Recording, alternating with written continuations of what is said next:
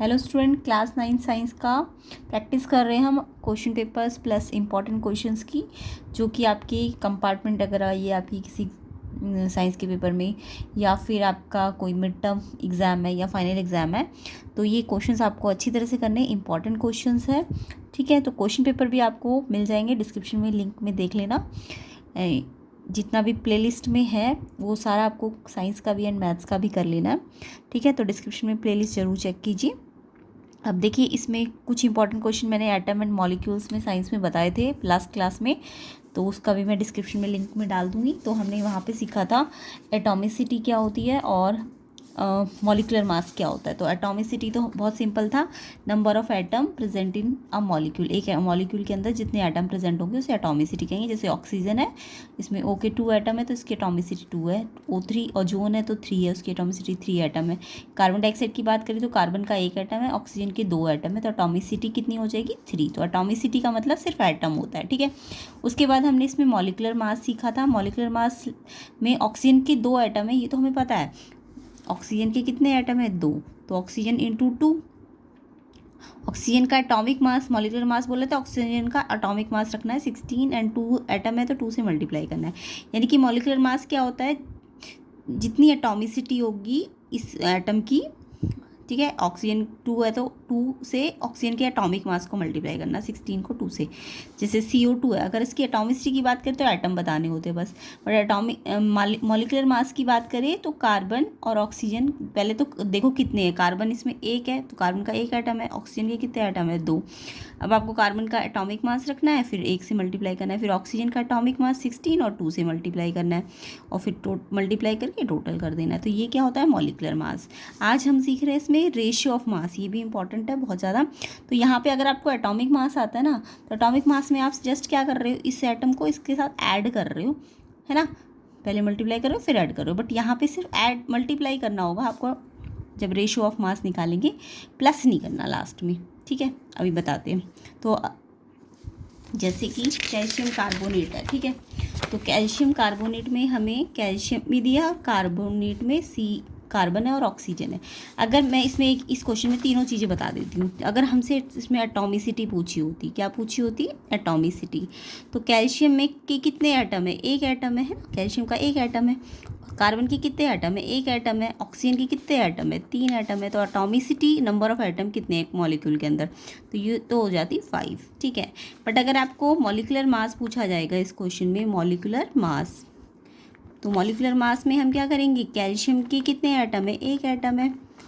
Carbon के कितने atom है, 1 एटम है। ऑक्सीजन के कितने एटम है, 3 एटम है। अब इनके एटॉमिक मास रख दो, कैल्शियम का एटॉमिक मास 40। तो ये एटॉमिक मास आपको लास्ट टाइम मैंने बताए थे, याद कर लेना, कुछ इंपॉर्टेंट बताए थे, उसको आपको डिस्क्रिप्शन में वो वीडियो मिल जाएगी तो उसमें से याद कर लेना। कैल्शियम का 40, अदरवाइज दिया भी होता है क्वेश्चन पेपर में।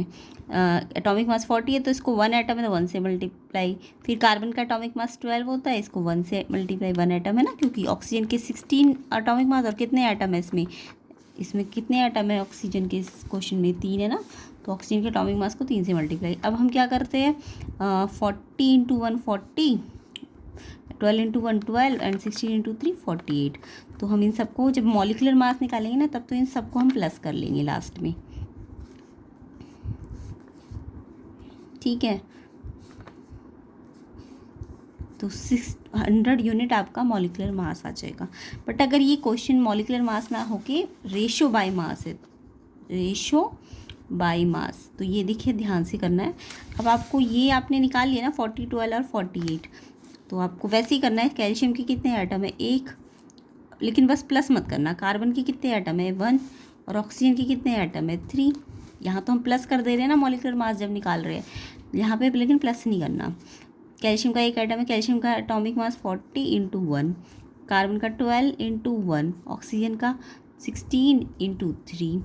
अब इनको 40 आ जाएगा, इसका 12 आ जाएगा, इसका 16 3 या 48। अब आपको रेशियो निकालना है तो इसको प्लस की जगह आप रेशियो का साइन लगाओगे। अब ये तीनों किस टेबल में आते हैं, तीनों आते हैं आपके 4 के टेबल में, है ना। 4 से सारे डिवाइड हो जाएंगे, 4 10 जा 40, 4 3 जा 12, 4 में ये कब आता है 12 पे, तो ये रेशियो बाय मास कितना आ जाएगा 10:3:12। तो कितना सिंपल है ना, रेशियो बाय मास। कुछ नहीं करना, जैसे आप मॉलिक्यूलर मास निकालते हो, मॉलिक्यूलर मास में बस आप प्लस करते हो ना, यहाँ प्लस नहीं करना, पहले एटॉमिक मास को नंबर ऑफ एटम से मल्टीप्लाई करना है और फिर प्लस, यहाँ तो प्लस करते हो, यहाँ पे प्लस नहीं करना, रेशियो लगाना है और फिर ये रेशियो जिस नंबर से ये तीनों डिवाइड हो जाएंगे वही रेशियो आ जाएगा आपका। तो इसे हम क्या कहते हैं, रेशियो बाय मास। तो ये क्वेश्चन पेपर में आया है, फाइनल एग्जाम के क्वेश्चन पेपर में भी, रेशियो बाय मास। तो देखो एक ही क्वेश्चन के अंदर एटॉमिसिटी भी पूछा जा सकता है, सेम मॉलिकुलर मास भी पूछा जा सकता है, या रेशियो बाय मास भी। अब एक और कर लेते हैं हम रेशियो बाय मास का क्वेश्चन, जैसे कि MgCl2 है, ठीक है। तो MgCl2, Mg का कितना एटम है 1, क्लोरीन का Cl2 है ना, क्लोरीन का कितना है 2, Mg का 1 और क्लोरीन का 2। अगर क्वेश्चन में आपको क्या आएगा मॉलिकुलर मास तो प्लस लगाना, अदरवाइज प्लस मत लगाना, ठीक है। अभी तो हमारे को रेशियो बाय मास कर रहे हैं, अगर मॉलिकुलर मास बोलेंगे तो प्लस लगाना, अदरवाइज आप यहाँ प्लस मत लगाना। Mg का एटॉमिक मास आपको याद रखना है, वैसे तो क्वेश्चन में दे ही दिया जाएगा, 24 होता है ×1। एंड क्लोरीन का एटॉमिक मास होता है आपका 35.5, क्योंकि क्लोरीन 35 और क्लोरीन 37 ये दो आइसोटॉप होते हैं, क्लोरीन 35 और क्लोरीन 37, क्लोरीन 35 मास ऊपर होता है ना, यहाँ तो एटॉमिक नंबर होता है। क्लोरीन की अगर आइसोटॉप की बात करें तो क्लोरीन 70 नंबर पे होता है ना। देखो क्लोरीन के दो आइसोटॉप होते हैं, ये याद रखना, क्लोरीन का आइसोटॉप क्या होते हैं, जिसके नीचे वाले एटॉमिक नंबर सेम हो बट मास नंबर एक का 35 होता है और दूसरे क्लोरीन का 37। तो ये क्लोरीन के क्या है, दो आइसोटॉप है। बट अगर आप इन दोनों आइसोटॉप का एवरेज निकालोगे ना, क्योंकि ये दो आइसोटॉप है तो हमें तो मॉलिकुलर मास, एटॉमिक मास सिर्फ एक से बनाना होता है, तो इनका एवरेज निकालते हैं, तो इनका एवरेज आता है 35.5। तो इसलिए इसका यूनिट एवरेज निकालने का फॉर्मूला कुछ नहीं है, इसके मास को इंटू जितनी इसकी परसेंटेज होती है उससे मल्टीप्लाई करना है इस वाले मास को, प्लस इस वाले मास को भी जितनी इसकी परसेंटेज होगी उससे मल्टीप्लाई करना है, तो और प्लस कर देना, तो ये क्या आ जाता है एवरेज एटॉमिक मास। तो ये इसका 35.5 होता है और ये कितने एटम है इसके अंदर 2। अब अगर मॉलिकुलर मास होता तो प्लस करना मल्टीप्लाई करने के बाद, बट अगर आपका रेशियो बाय मास है तो सिर्फ मल्टीप्लाई कर दो, 35 × 70 71 आ जाएगा, पहले मल्टीप्लाई करना फिर एक के बाद डेसिमल लगा देना। तो ये 24:71, क्योंकि किसी टेबल से कटने का नहीं ना, दोनों सेम टेबल से नहीं कटेंगे, तो ये रेशियो एज इट इज है। हाँ अगर यहाँ मॉलिकुलर मास होता तो आप इन दोनों को प्लस करते, ठीक है। तो सिंपल है, मॉलिकुलर मास अगर आता है तो मॉलिकुलर मास में आप लास्ट में प्लस करते हो, यहाँ पे प्लस ना करके रेशियो निकालना होता है, किसमें, रेशियो बाय मास में। एक और करते हैं H2SO4 का रेशियो बाय, अमोनिया का बहुत इंपॉर्टेंट है, पेपर में आता है, अमोनिया का करते हैं NH3। तो N के कितने एटम है 1, हाइड्रोजन के कितने हैं 3। अगर मॉलिकुलर मास होगा तो प्लस लगाना, अदरवाइज मत लगाना, रेशियो बाय मास में तो प्लस नहीं लगाते, ठीक है। नाइट्रोजन का एटॉमिक मास आपको क्वेश्चन में वैसे तो दिया जाएगा 14 होता है, इंटू कितने एटम है 1। हाइड्रोजन का एटॉमिक मास तो सबको याद होना 1 होता है, और कितने एटम है 3। 14 × 1 = 14, 3 × 1 = 3, तो रेशियो क्या आ गया 14:3, क्योंकि किसी टेबल से कैंसिल नहीं होगा, ये सेम है ना। तो कितना सिंपल है। और अगर यहीं पे एटॉमिक मास होता तो 14 और 3 को आप क्या कर देते, प्लस कर देते, तो ये इसका एटॉमिक मास आ जाता। और अगर एटॉमिसिटी होती तो N के 1 एटम है, हाइड्रोजन के 3 है, सिर्फ एटम को ऐड कर देते तो ये क्या आ जाती, ये एटॉमिसिटी है, ये इसका एटॉमिक मॉलिकुलर मास है, और ये जब प्लस करना हो तो मॉलिकुलर मास, अगर रेशियो निकालना हो तो प्लस नहीं करना, रेशियो लगा देना है। एक और करते हैं H2SO4। H2SO4 हाइड्रोजन के कितने एटम है 2, सल्फ़र के कितने एटम है 1, और ऑक्सीजन के कितने एटम है 4, है ना।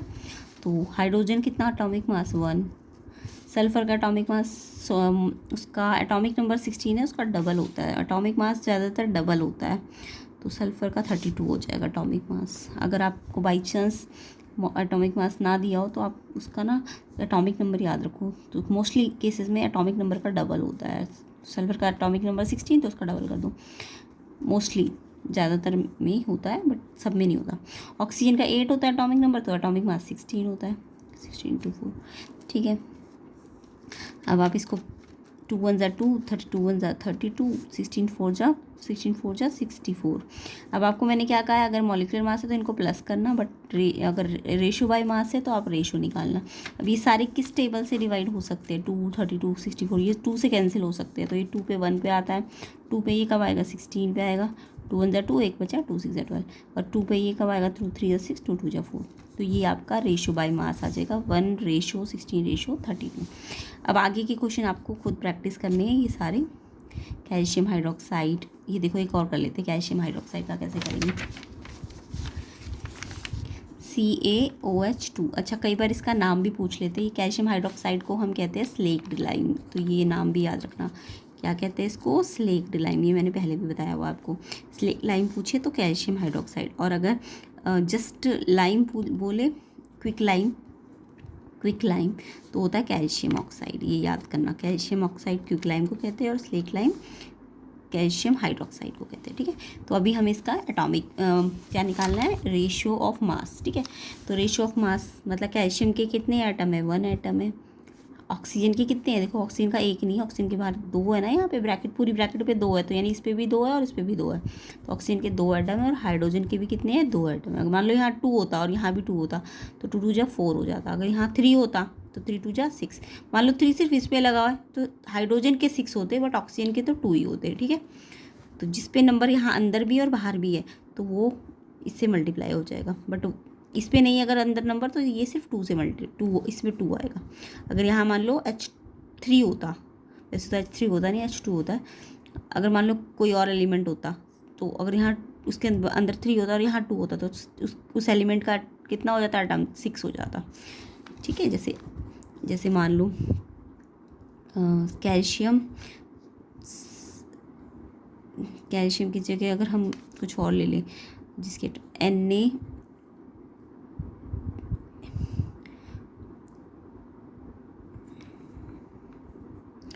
तो फॉर एग्जांपल NH4 बाहर 2 और SO4 होता। ठीक है, तो क्या मैंने क्या बोला है, अगर हम N के एटम की बात करें तो N के यहाँ अंदर तो कुछ नहीं है ना, लेकिन पूरी ब्रैकेट में 2 है तो N पे 2 है, फिर H पे देखो 4 भी और 2 भी है, तो H के कितने एटम हो जाएंगे, 4 2 जा 8। ठीक है, इसको इससे मल्टीप्लाई कर देंगे। S के कितने एटम हो जाएंगे, 1। यहाँ तो पूरी ब्रैकेट थोड़ा ना लगी है, तो S का तो एक ही एटम है। ऑक्सीजन के कितने एटम है, 4। ठीक है, तो ऐसे करके एटम पता करते हैं। समझ आ गया होगा। अगर आपको एटॉमिसिटी बोलिए तो इन सबको एटम्स को प्लस करना। अगर मॉलिक्यूलर मास बोला तो पहले एटॉमिक मास रखना इनकी जगह पे और फिर जो भी मल्टीप्लाई करके आएगा उनको प्लस करना। बट अगर रेशियो मास निकालना होगा तो फिर प्लस मत करना। तो देखो ऑक्सीजन के मैंने क्या कहा, 2 एटम है क्योंकि बाहर ब्रैकेट में 2 है, और हाइड्रोजन के यहाँ अंदर कुछ नहीं है तो ये भी 2 है। ठीक है, अब आप इसको क्या करोगे, इनके एटॉमिक मास रखोगे। कैल्शियम का मैंने कितना बताया, 40 × 1, ऑक्सीजन का 16 × 2, हाइड्रोजन का 1 × 2। अगर मॉलिक्यूलर मास है तो प्लस भी करना, अदरवाइज रेशो का साइन लगा देना। रेशो बाय मास है तो 40 1 जा 40, 16 2 जा 32, 2 1 जा 2। अब ये सारे किस टेबल से कैंसिल हो सकते हैं, 2 से सारे, 2 के टेबल में सारे आते हैं ना, तो 2 में ये 20 पे आएगा, फिर 2 पे ये 16 पे आएगा और 2 पे ये 1 पे आएगा। तो जो भी इनका हाईएस्ट कॉमन फैक्टर होगा, सबसे छोटा नहीं, जो भी सबसे बड़ा कॉमन फैक्टर होगा इन तीनों नंबर्स का, उनसे डिवाइड कर देना है, तो ये रेशो आ जाएगा। ठीक है, तो इसका आंसर क्या आएगा, 20 रेशो कैल्शियम हाइड्रोक्साइड 20:16:1। तो ये आप खुद होमवर्क में करेंगे और आंसर बताएंगे। ठीक है, अमोनिया का इंपॉर्टेंट है, कार्बन डाइऑक्साइड का भी बहुत इंपॉर्टेंट है। अमोनिया और कार्बन डाइऑक्साइड का पेपर में बहुत आता है, वैसे तो मैंने सारे सिखा दिए, पर देखो कार्बन का भी देख लो। कार्बन के कितने एटम है, 1। ऑक्सीजन के कितने एटम है, 2। ठीक है, कार्बन का 12 होता है × 1, ऑक्सीजन का 16 नंबर होता है एटॉमिक मास × 2। 12 1 जा 12, 16 2 जा 32, तो 12 रेशो 32। अगर मॉलिक्यूलर मास है तो प्लस करना, नहीं तो रेशो लगाना है ना, रेशो बाय मास है तो। और एटॉमिसिटी तो सिर्फ एटम को प्लस करना, 1 और 2 को। 12:32, 12 और 32 किससे, 2 से भी डिवाइड हो सकते हैं बट 4 से भी तो डिवाइड हो सकते हैं, तो हाईएस्ट कॉमन फैक्टर से डिवाइड करना है। तो 2 से भी डिवाइड हो सकते हैं बट 4 से भी हो सकते हैं, तो 4 से करेंगे। 4 3 जा 12, 4 8 जा 32। तो इसका रेशो बाय मास आप याद कर लेना, कार्बन डाइऑक्साइड का 3:8 होता है, ये कई बार पेपर में आता है। और ऐसे ही अमोनिया का भी बहुत इंपॉर्टेंट होता है। अमोनिया का कितना निकाला है हमने, 14:3। ठीक है, बाकी तो सारे आपको निकालने आ ही गए होंगे, वो तो खुद ही निकाल लेना, बट अमोनिया और कार्बन डाइऑक्साइड का पेपर में बहुत आता है इसलिए बता दिया। ठीक है, इसके बाद हम नेक्स्ट टॉपिक इसमें एक मोल कॉन्सेप्ट को समझ लेते हैं। मोल वाला क्वेश्चन भी बहुत इंपॉर्टेंट होता है। तो बच्चों मोल कॉन्सेप्ट को तो हम नेक्स्ट पार्ट में समझेंगे। अभी हम इसका फॉर्मूला बनाना सीख लेते हैं। ये भी क्वेश्चन पेपर में बहुत आता है, इंपॉर्टेंट है। उसके अलावा या तो नाम दिया होगा तो फॉर्मूला बनाना होगा, या फॉर्मूला दिया होगा तो आपको उसका कंपाउंड का नेम लिखना होता है। तो इंपॉर्टेंट है। इसके लिए आपको कुछ सिंबल्स याद रखने हैं। एनसीईआरटी के अंदर वो सिंबल्स गिवन है, तो जो हम इसमें दिए हुए वो सिंबल तो मैं बता ही दूँगी, बट एनसीईआरटी के अंदर एक टेबल बना हुआ है पूरा सिंबल्स का, तो वो आपको याद करना है। तो बच्चों देखो, ये आपको क्या दिया जाएगा, नेम दे दिया जाएगा केमिकल का, और उसका फॉर्मूला बनाना होगा। तो इसके लिए हमें सोडियम और ऑक्साइड इनके सिंबल याद होने चाहिए। सोडियम का सिंबल सबको आता होगा, Na होता है, N capital A small, sodium metal होती है, ठीक है, Na। ऑक्साइड का सिंबल होता है ऑक्सीजन, O, ठीक है। अब आपको इनकी वैलेंसी याद रखनी है, वो आपको टेबल में ही दी होती है एनसीईआरटी के अंदर, तो वो टेबल से आप जरूर याद कर लेना। तो Na का वैलेंसी होती है 1 और ऑक्सीजन की वैलेंसी होती है 2। अगर बाई चांस आप टेबल से याद करने के बाद भी भूल जाओ तो आपको इनके एटॉमिक नंबर याद रखने हैं। प्रीवियस वीडियो में मैंने आपको एलिमेंट्स के 1 से 20 तक के एटॉमिक नंबर याद करने को बोले, और डिस्क्रिप्शन में लिंक में भी मिल जाएगा एलिमेंट को कैसे याद किया जाता है 1 से 20 तक, तो वो लिंक में देख लेना। तो Na का एटॉमिक नंबर 11 होता है, Na का। तो उसको अगर हम कॉन्फ़िगरेशन करेंगे, मैंने प्रीवियस वीडियो में सिखा दिया, 281 होता है। कॉन्फ़िगरेशन करेंगे तो पहले शेल में 2 होगा, दूसरे शेल में मैक्सिमम लिमिट 8 होती है, तो बच्चे कितने 10 हो गए, तो 11 है, तो एक नेक्स्ट शेल में चला जाएगा। तो पहले शेल की लिमिट 2 होती है, दूसरे शेल की 8 होती है, और फिर जो बचेंगे वो नेक्स्ट शेल में चले जाएंगे, ठीक है। तो इसकी वैलेंसी 1 होगी, क्योंकि लास्ट में 1 है ना, वैलेंस इलेक्ट्रॉन 1 है तो वैलेंसी भी 1 होती है। अगर वैलेंस इलेक्ट्रॉन 1 2 3 4 होगा तो वैलेंसी भी 1 2 3 4 होगी। लेकिन अगर वैलेंस इलेक्ट्रॉन 5 6 7 8 होता है लास्ट वाला, तो वैलेंसी 5 नहीं होती, 3 होती है। 6 है तो 2 होगी, और 7 है तो 1 होगी, और 8 होगा तो 0 होगी, ठीक है। तो ये ध्यान रखना, लास्ट में 1 है तो वैलेंसी 1 होगी, तो इसलिए इसकी वैलेंसी 2 है। ऑक्सीजन का एटॉमिक नंबर 16 होता है, तो इसका कॉन्फ़िगरेशन करोगे तो 286। अब यहाँ पे मैंने अभी बताया ना 6 वैलेंस इलेक्ट्रॉन लास्ट में है, अगर लास्ट शेल का जो इलेक्ट्रॉन है वैलेंस इलेक्ट्रॉन, ठीक है। तो इसमें अगर लास्ट में 6 है तो वैलेंसी 6 नहीं होगी, वैलेंसी इसको कंप्लीट होने में, इसका 8 होने में कितना कम है, 2 कम है, तो वैलेंसी 8 में से 6 को माइनस करके आएगी, यानी 2। तो जब भी लास्ट में 5 या 5 से ज़्यादा होता है लास्ट में, तो वैलेंसी 8 में से माइनस करके आती है। तो 5 है तो 3 आएगी, 6 है तो वैलेंस इलेक्ट्रॉन तो 2 आएगी, तो इसकी वैलेंसी कितनी है, 2, ठीक है। तो ऐसे करके भी आप वैलेंसी पता कर सकते हैं। तो ये एलिमेंट की ट्रिक आपको डिस्क्रिप्शन में मिल जाएगी, कैसे याद करना है, और कॉन्फ़िगरेशन करना तो मैंने प्रीवियस वीडियो में सिखा रखा है, तो वहाँ पे भी जाके आप इसे चेक कर लेना, ठीक है। प्लेलिस्ट में आपको मिल जाएगी वो वीडियो। प्लेलिस्ट की सारी वीडियो करनी है अगर मार्क्स अच्छे चाहते हैं, ठीक है। तो अब आपका देखो Na 1 है, ऑक्सीजन 2 है, क्रॉस मल्टीप्लाई कर देना तो ये फॉर्मूला नहीं, इसका फॉर्मूला आ जाएगा। तो Na के पास 2 तो Na 2 हो जाएगा, और ऑक्सीजन के पास 1 तो ऑक्सीजन पे 1 आ जाएगा, ठीक है। तो ये इसका फॉर्मूला बन जाएगा। अब एल्यूमिनियम और क्लोराइड, अब मैं वैलेंसी बनाना बार बार सिखाऊंगी नहीं, ये मैंने आपको पीछे प्रीवियस वीडियो में सिखा दिया है, तो अब मैं डायरेक्ट वैलेंसी लगाऊंगी। एल्यूमिनियम Al होता है, क्लोराइड का सिंबल Cl होता है। एल्यूमिनियम की वैलेंसी 3 होती है, क्लोरीन की 1 होती है, क्रॉस कर देना तो एल्यूमिनियम पे तो 1 आ जाएगा, और क्लोरीन पे कितना आ जाएगा, 3 आ जाएगा। सोडियम Na होता है, सल्फाइड S होता है, सल्फेट होगा तो SO4 होता है, बट अगर सल्फाइड है तो S होगा सिर्फ। Na की वैलेंसी 1 होती है, सल्फाइड की 2 होती है।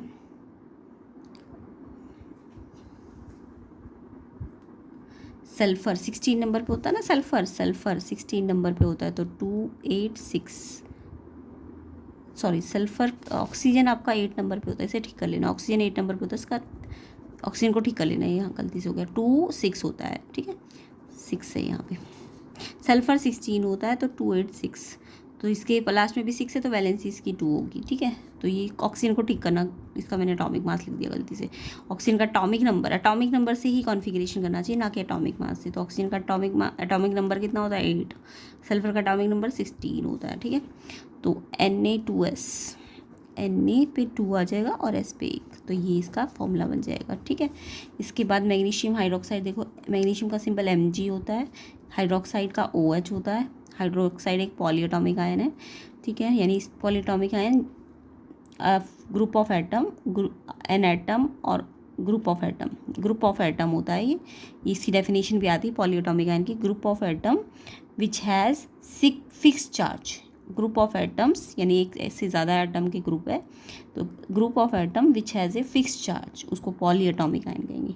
तो याद रखना इसको, पॉलीएटॉमिक आयन क्या होता है, group of atom which has a fix charge on it is called poly atomic ion, ठीक है, लाइक OH या सल्फेट। ये क्या है, पॉली एटॉमिक, इसका फिक्स चार्ज कितना होता है 2, इसका फिक्स चार्ज कितना होता है 1, यानी फिक्स चार्ज मतलब उसकी वैलेंसी, ठीक है, तो इसकी वैलेंसी 1 होती है। सल्फेट भी एक पॉली एटॉमिक आयन है, इसकी वैलेंसी 2 होती है। Mg की वैलेंसी 2 होती है, तो क्रॉस कर दो इसको, Mg पे तो 1 आ जाएगा क्रॉस पे, है ना, और OH पे 2। देखो OH दोनों कैपिटल है ना, तो OH पे ऐसे 2 मत लगाना, ब्रैकेट लगाना।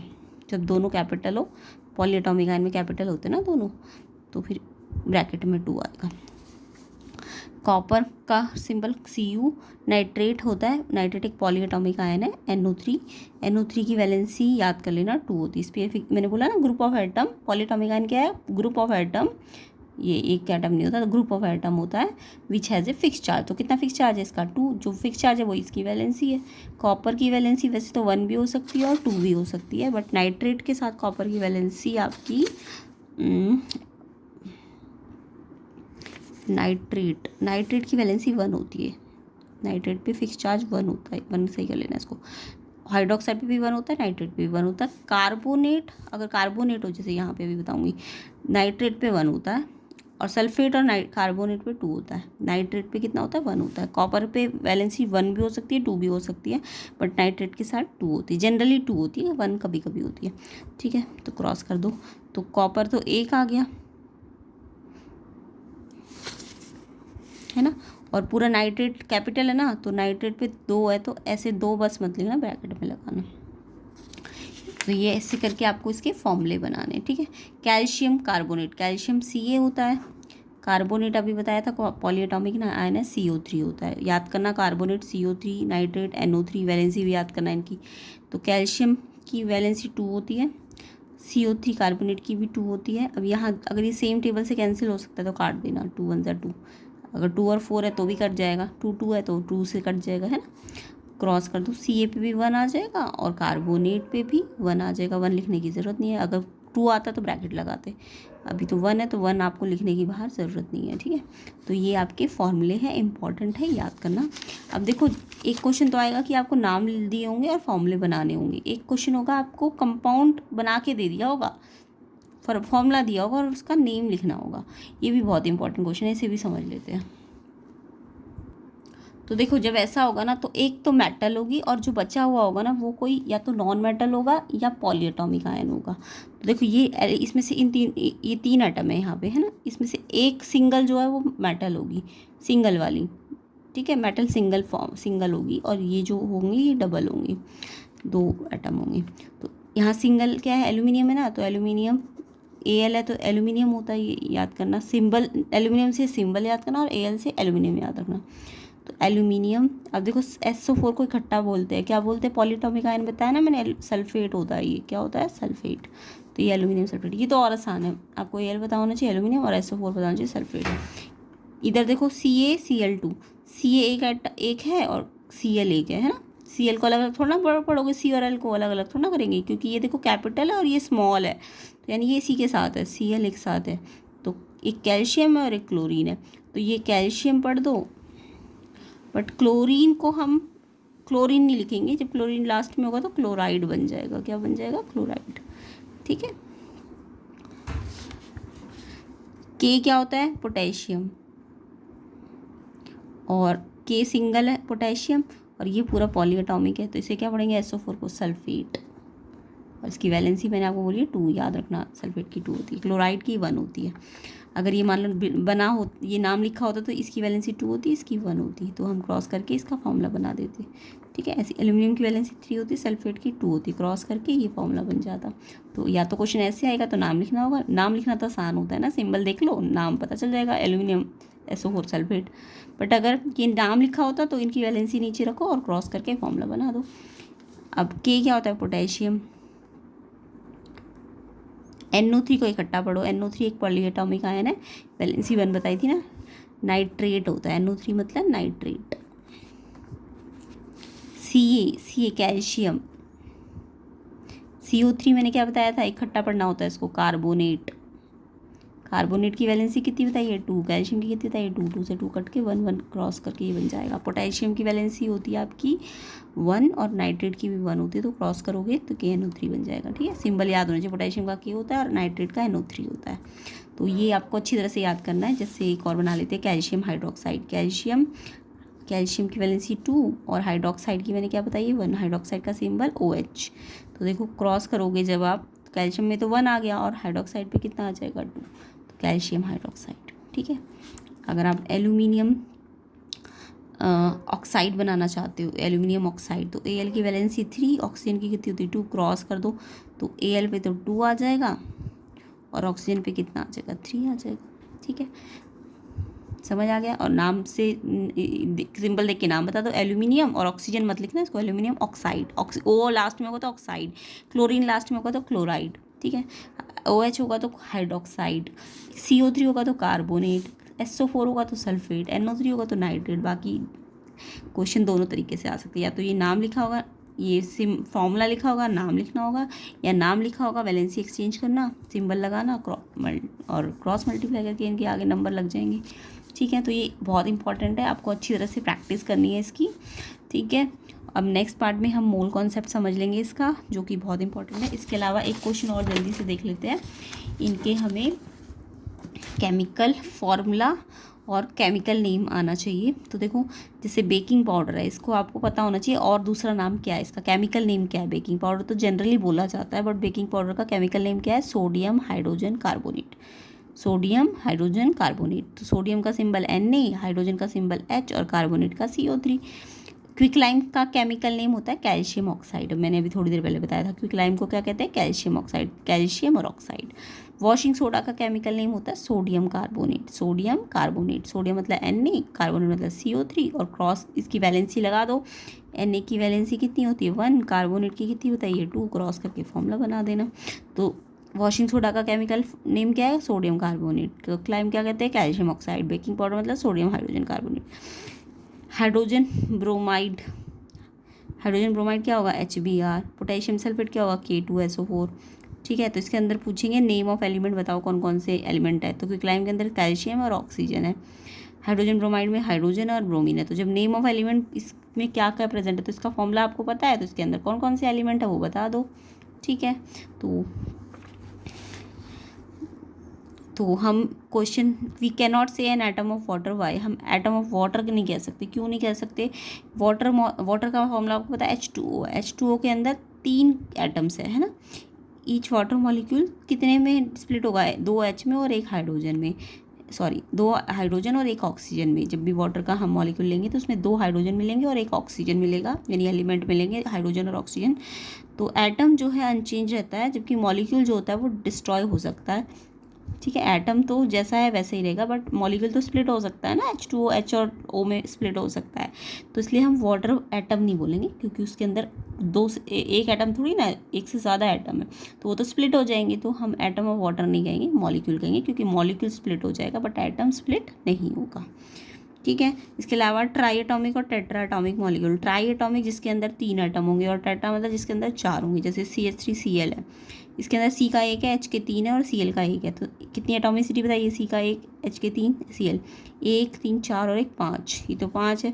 तो हमें तो ट्राई और टेट्रा पूछा है, ये तो नहीं आएगा ट्राई में। Ca का 1 है, Cl के 2 है, तो Ca का 1 Cl के 2 यानी 3 हो जाएंगे, तो ये ट्राई में आ जाएगा। NH3 N का 1 है और H के 3 है, तो ये 4 एटम हो गए ना, N का 1 और H का 3, तो ये टेट्रा एटॉमिक हो जाएगा। PCl3 में P का 1 है, Cl के 3 है, तो ये भी 4 एटम है, तो ये 4 वाले में आ जाएगा। P2O5 में P के 2 है, O के 5 है, तो ये तो एटॉमिसिटी 7 हो जाएगी, है ना, तो ये तो ना इसमें आएगा ना इसमें आएगा। H2O में H के 2 है, ऑक्सीजन का 1 एटम है, तो इसकी एटॉमिसिटी 3 हो जाएगी, तो 3 वाला तो इसमें आ जाएगा। C2H5OH में देखो, C के 2 है, H के 5 है, और O का 1 है और H के फिर 1 है, तो C के 2 H के 6 हो जाएंगे और ऑक्सीजन का 1, तो 2 6 8 और 1 9, तो ये तो 9 हो गए एटम, तो इसकी एटॉमिसिटी तो 9 हो गई, तो ये तो ना ट्राई है ना टेट्रा है। तो ऐसे करके आपको ये क्वेश्चंस के आंसर देने हैं। तो आई होप आपको ये क्वेश्चन समझ आए होंगे। मोल कॉन्सेप्ट को हम नेक्स्ट क्लास में थोड़ा डिटेल में पढ़ेंगे। अच्छा, एक क्वेश्चन और देख लीजिए, right the formula of the compound form the following and Cr3+ और SO4 2- से क्या कंपाउंड बनेगा। तो ये तो बहुत सिंपल है, इसमें तो ऊपर जो दिया है वो उसका वैलेंसी है या चार्ज है, ठीक है। तो ये तो आपको सिंपली बन ही जाएगा। इसमें पूछेंगे कौन सा कैटायन और कौन सा एनायन है, ऐसा भी पूछ सकते हैं। तो जिसमें पॉजिटिव चार्ज है वो कैटायन है और जिसमें नेगेटिव चार्ज है वो एनायन है। तो ये कैटायन है और ये एनायन है। इससे हमें क्या बनाना है, फॉर्मूला बनाना है कंपाउंड का। तो Cr है और SO4 है। Cr के ऊपर जो चार्ज है ना वो उसकी वैलेंसी है। Cr पे 3 चार्ज है तो उसकी वैलेंसी 3 और SO4 के ऊपर 2 चार्ज है, इस पर 3+ है तो ये 3 वैलेंसी है। SO4 पे 2- चार्ज है तो ये 2 वैलेंसी है। क्रॉस करके फॉर्मूला बना दो, Cr2 हो जाएगा और SO4 पे देखो S और O कैपिटल है तो ये 3 पूरा ऐसे। तो ये तो हमें बल्कि चार्ज दिखाई दे रहा है, इस पर 3 का चार्ज है तो इसके नीचे 3 वैलेंसी हो जाएगी, इसकी वैलेंसी 3 और इसकी वैलेंसी 2। जो चार्ज होगा ना वो इसकी वैलेंसी होगी, ठीक है। तो इससे हम इसका क्या बना लेंगे, फॉर्मूला बना लेंगे। और अगर पूछ लेते हैं इनमें से कैटायन और एनायन कौन सा है, तो जिसमें पॉजिटिव चार्ज है वो कैटायन और जिसमें नेगेटिव चार्ज है वो एनायन है। तो ये कैटायन हो जाता है और ये एनायन, ये कैटायन ये एनायन, ठीक है। तो फॉर्मूला बनाना समझ आ गया होगा कैसे बनाएंगे। तो अब इसको अच्छी तरह से आपको कर लेना है, ओके। बाकी कुछ क्वेश्चन और भी है वो आप देख लेना इसमें से, ठीक है। तो बाकी वीडियो को शेयर ज़रूर करिए अपने फ्रेंड्स में और वीडियो को लाइक भी कर देना, चैनल को सब्सक्राइब कर देना अगर नहीं किया हुआ है। तो ये क्वेश्चंस आपको अच्छी तरह से प्रैक्टिस करने हैं। इसके अलावा प्लेलिस्ट के क्वेश्चन तो करने ही करने हैं, वो मैं बार बार बोल रही हूँ। मैथ्स की भी प्लेलिस्ट है, आपको डिस्क्रिप्शन में मिल जाएगी और साइंस की भी मिल जाएगी, नहीं तो चैनल पेज पे जाके या प्लेलिस्ट सेक्शन में जाके चेक कर लेना। और अपने एग्ज़ाम की अच्छी तरह से प्रिपरेशन कीजिए और कमेंट में बताइए कि आप प्रिपरेशन कर रहे हैं कि नहीं कर रहे हैं, ठीक है। नेक्स्ट पार्ट में हम मोल कॉन्सेप्ट को भी समझ लेंगे और इसके बाद जो हमारा इसका स्ट्रक्चर ऑफ एटम वाला चैप्टर है उसको भी हम थोड़ा डिटेल में समझ लेंगे, ताकि एग्ज़ाम में कोई भी क्वेश्चन उससे रिलेटेड आता है तो हम उसे अच्छी तरह से प्रैक्टिस कर लें, प्रैक्टिस करके उसे कर सकते हैं, ठीक है।